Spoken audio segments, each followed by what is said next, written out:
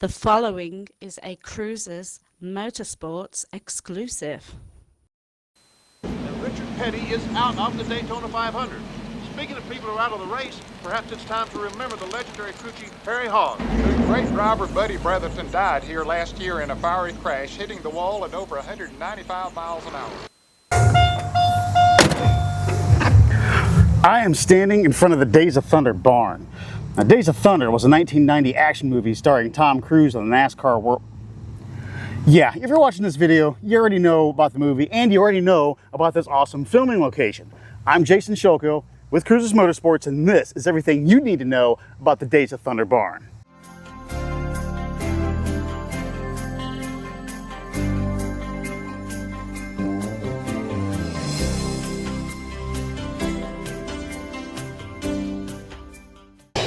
Now, I was 12 years old when the movie came out. But even before the movie came out, there were three absolutes in life. Number one, I never missed a NASCAR race. Number two, I didn't want to grow up to be anything but a NASCAR driver. And number three, I didn't want to be like any other NASCAR driver, except my hero, Dale Earnhardt. I was also a blooming film nerd, but since I was a gearhead, it was all a bit different for me. See, while most kids around my age were obsessed with stuff like Star Wars movies, I was dissecting flicks like Smokey and the Bandit and the original Gone in 60 Seconds. So when Days of Thunder released, combining both my love for NASCAR with my love of film, I obsessed over it like a Star Wars fanboy. My grandfather took me out to see the movie opening weekend. But after that, I rode my bike out to see it by myself 6 more times. I think maybe my generation, Generation X, is the last generation that can claim stories like that. Now, there were a few scenes that every time I laid eyes on the movie, I could not wait to see. And one of them was the opening shot of the barn in the movie. The other being, learning about drafting and running up Nicole Kidman's legs, but that's a whole nother story. Moving on. Something movie fans haven't been able to agree upon over the years is how much of the barn was actually in the movie. It was featured in 4 different scenes, the first establishing the external shot, and then 3 supposed interior scenes. However, some eagle-eyed viewers have pointed out some inconsistencies between the exterior of the barn and the interior scenes, leading a bunch of fans to believe that the interior shots were actually done in a Rick Hendrick-owned facility since he provided so much for the movie. Or worse yet, were actually filmed somewhere on a Hollywood studio lot. Okay, so I'm well aware that I'm not the first Days of Thunder fan that's ever made the pilgrimage to the barn. And that's a really good thing, because it's been sitting here for the last 30 some odd years. Luck would have it that a lot of people have taken pictures of it. And because they have, there's like a mosaic online of the slow deterioration of the barn. And through that, and through our friend Dale Earnhardt Jr., I figured some stuff out on the barn. And you might be surprised what I found out. So to figure this out, let's look at those 4 scenes that supposedly feature the barn. The opening shot of the exterior,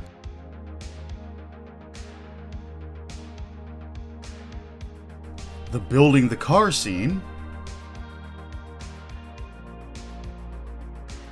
the painting the tractor scene, and finally the scene with Harry slamming Cole down in the car screaming, You get back in that car, you'll die. You'll die.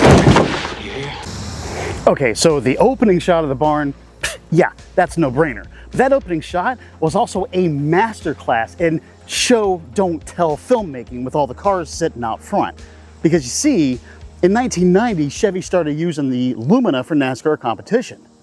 But before then, in that opening scene, we're shown that Harry Hogg has been around the stock car racing scene for decades, showing the previously used Monte Carlo Aeroback from the 80s, a GM A-body from the 70s, and even what appears to be a 55, maybe a 56 shoebox Chevy all the way in the back here. And pay attention to that old race car, kids. It'll be on the test later. now the second scene which is so iconic, which is where Harry talks to the car as he builds it, well, we're led to believe that it's done up here because the ramp's coming out. You'd think that the race car shop was on top on the second floor, which is kind of like how Hollywood would expect you to believe the kind of stuff. The ramp's coming out. You could just picture them getting the car done and them rolling the car down the ramps for a big reveal. Now, that never happened in the movie, but it was certainly implied. The only problem with this second scene was there were some features in the shop that literally don't exist in the upper or lower part of the barn for that matter. First off being this row of windows here on the right, which can't exist on the upper level of the structure, and through pictures online, really didn't seem to exist on the lower level either. The second damning piece of evidence provided to the court was the cement floor. Okay, so while this barn is really well constructed, it was never constructed to hold a cement floor on the second floor here above the ground, all right? So, that being said, there is actually a part where this part of the barn was featured in the movie. You see, where I'm standing now is where Harry Hogg was painting the tractor. Cole came up the ramp, and Harry, in his infinite wisdom, said, let's start calling up the women and telling lies, and they actually had a foot race out the door. You know, from this very spot. Isn't that cool? No, sir. Can't use them, don't want them, couldn't afford them if I did. Okay, so that's 2 out of the 4 filming locations, and they're kind of no-brainers. The other 2 filming locations, well, those are a little more complicated. And for that, we're gonna actually have to refer over to another Days of Thunder superfan. He was actually here while they filmed the movie. It was a 17-year-old Dale Earnhardt Jr. On a 2020 episode of the Dale Jr. Download, Jr. talks about living at his dad's lake home on Irvin Road, being just 300 yards from the barn in Mooresville. Jr. specifically remembered driving his Chevy S10 up to the edge of his dad's property and watching them film at night. I would drive my little S10 pickup truck down Irvin Road and park in the field and sit on the tailgate and watch. And watch them film? Well, I wouldn't get close. I Yeah, would right. be about 300 yards away, but they would light that damn barn up in the middle of the night like it was daytime. Dale Jr. seeing this actually works with the 4th and final interior scene, where after a bit of a scuffle, Cole convinces Harry to set the car up for Daytona. However, in this scene, those pesky windows are still above all the toolboxes. Fans that believe the scenes were actually filmed internally will point out these doors on either end of the shop, and the fact that they match the doors to the barn in 1990. However, if this was a Hollywood studio, the second unit could have easily recreated these doors. We need more hard evidence. If you recall, I said some older pictures of the barn are what helped me figure out whether filming actually happened inside. And it's this picture that, while decayed, shows us that pesky row of windows, due to the fact that the door was now missing. Okay, so we've confirmed that the barn doors were the same and they're the ones that were on here. We've also confirmed that this row of now non-existent windows was the windows from the shop. That just leaves a cement floor.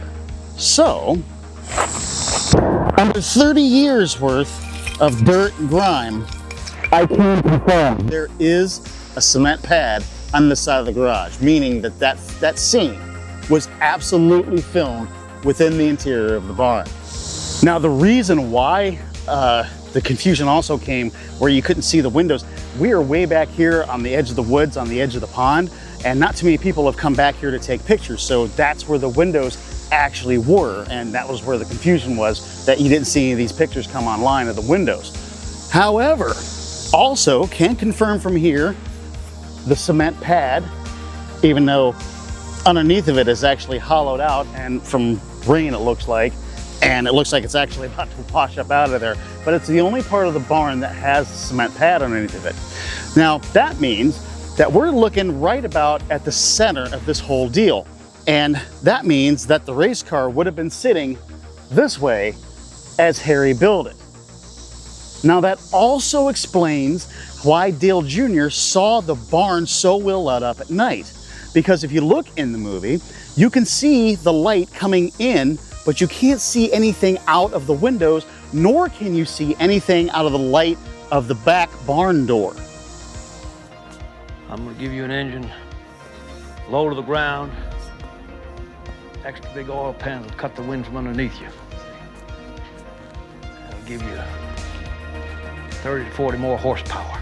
Still not convinced? Well, remember when I said there would be a test later?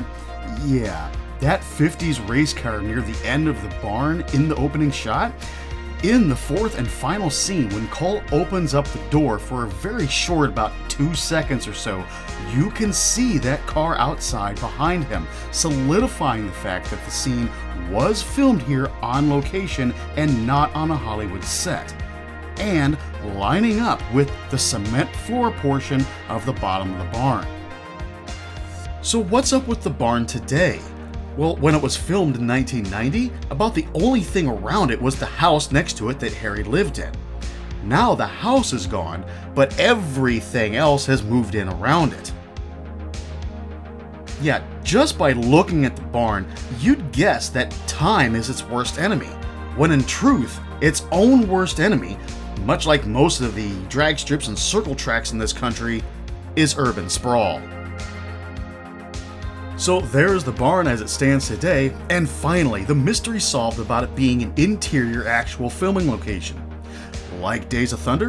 Subscribe to Cruisers Motorsports now so you don't miss an upcoming video, 10 things you didn't know about Days of Thunder. And subscribe to the sister channel, Toy Wart Vintage Reviews, where I take an extensive look back at the toys released tying into the movie. Like, share the video with a friend, and check out the description below for brand new Cruisers merch. I thank you for all the support, my friends. Remember, those friends, they're the family you get to choose. I'll see you next week, fellow Cruisers.